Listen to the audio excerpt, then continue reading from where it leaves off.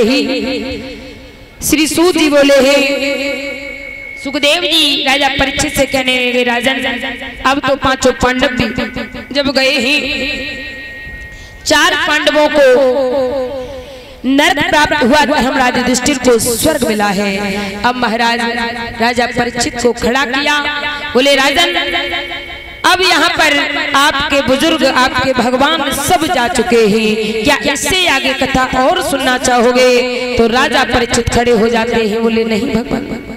श्री सूत जी महाराज समझा रहे सौनक आदृश्यो, इधर समय आ गया, वही तक्षक को मालूम हुआ कि आज कथा इसकी पूरी हो गई है परीक्षित जी, अब इसको मारने का समय आ गया है। तक्षक चला है, धन्वंतर जो थे इधर राजा परीक्षित के गुरु ही धन्वंतर चले हैं बचाने के लिए, किसे? परीक्षित को। धन्वंतर चले बचाने के लिए, जहां तक नजर जाती थी तो वहां तक कोई जहर काम नहीं करता था। कैमरा बंद कर दो, बंद कर दो। वहां तक पहनी और साड़ी पहनकर पेट पर कड़ाई बांधी और कड़ाई बांधकर ऋषियों का अपमान किया है। ऋषियों से कहा है ऋषियों ये बताओ इस पुरुष के गर्भ से क्या पैदा होगा? बेटी पैदा होगी या बेटा पैदा होगा? ऋषि समझ गए ये मेरा मजाक बना रहे हैं। ऋषियों ने श्राप दे दिया, हे यादव कुमारों मैं तुम्हें श्राप देता हूँ, उसके गर्भ से जो जन्म होगा, जिसका जन्म हो जाएगा उसी से यादव कुमारों का विनाश हो जाएगा। महाराज इधर श्री सुखदेव जी महाराज समझाते ये बात भगवान कन्हैया को मालूम हुई। यादव कुम्हारों ने राजा उग्रसेन को ये बात बताई, कहा इस कड़ाई को तुरंत निकालो और जाए के समुद्र के किनारे घिसने लगो। समुद्र के किनारे पहुंचे और उसे घिसने लगे। महाराज घिसते जा रहे हैं, घिसते जा रहे हैं, घिसते जा रहे हैं, और लोहा का कोई कभी अंत नहीं होता है। लोहा का अंत नहीं होता, उसमें से थोड़ी सी कील रह गई। जो कील ली यादव कुम्हारों ने समुद्र में फेंक दिए। समुद्र में एक मछली निकल गई। भगवान को शंका हो चुकी है, अब विनाश होने वाला है। हस्तिनापुर में अर्जुन से कहा अर्जुन पांचों पांडव आ जाओ और आकर के पूरी द्वारका को खाली कराओ, और द्वारका को खाली कराकर यहाँ से इन सभी को ले जाओ, क्योंकि कुछ क्षण के बाद हमारी द्वारका समुद्र में डूबने वाली है। उस कील को एक मछली जब निकल गई है, मछली को मछुआरा पकड़ने आया, मछुआरा अपने जाल में उस मछली को फंसा लेता है।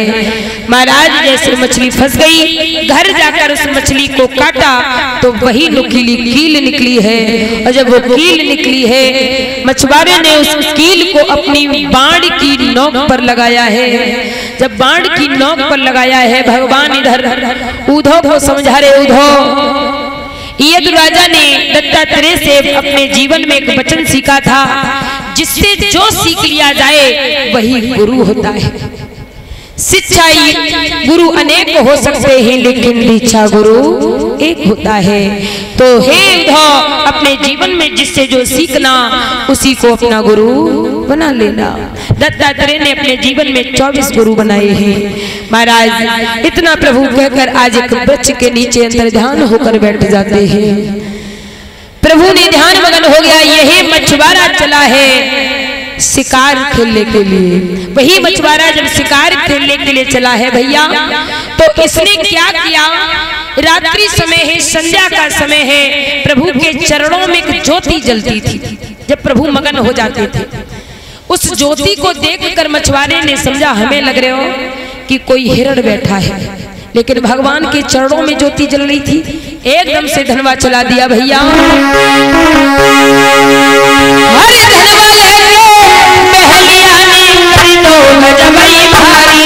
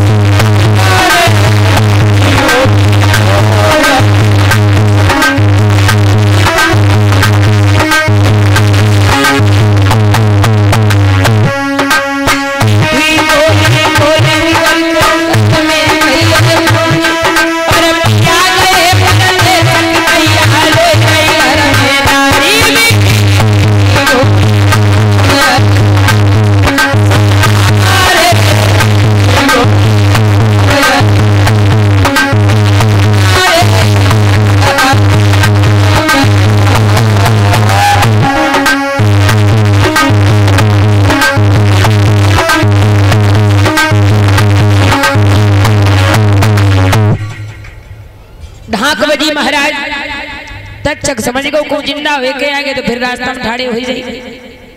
तक्षक ने कहा काहे को गुरु जमीन में गाड़े निकालो ने तुरंत निकालो। अब महाराज एकदम से 14 शिष्य ने निकाल के बाहर ठाड़े कर ले। धर्मंतर बोले अब हम बचने वाले नहीं है, सो करो हमारे टुकड़े करो। 14 से टुकड़ा कर ले और 14 से संग में खाए जाओ।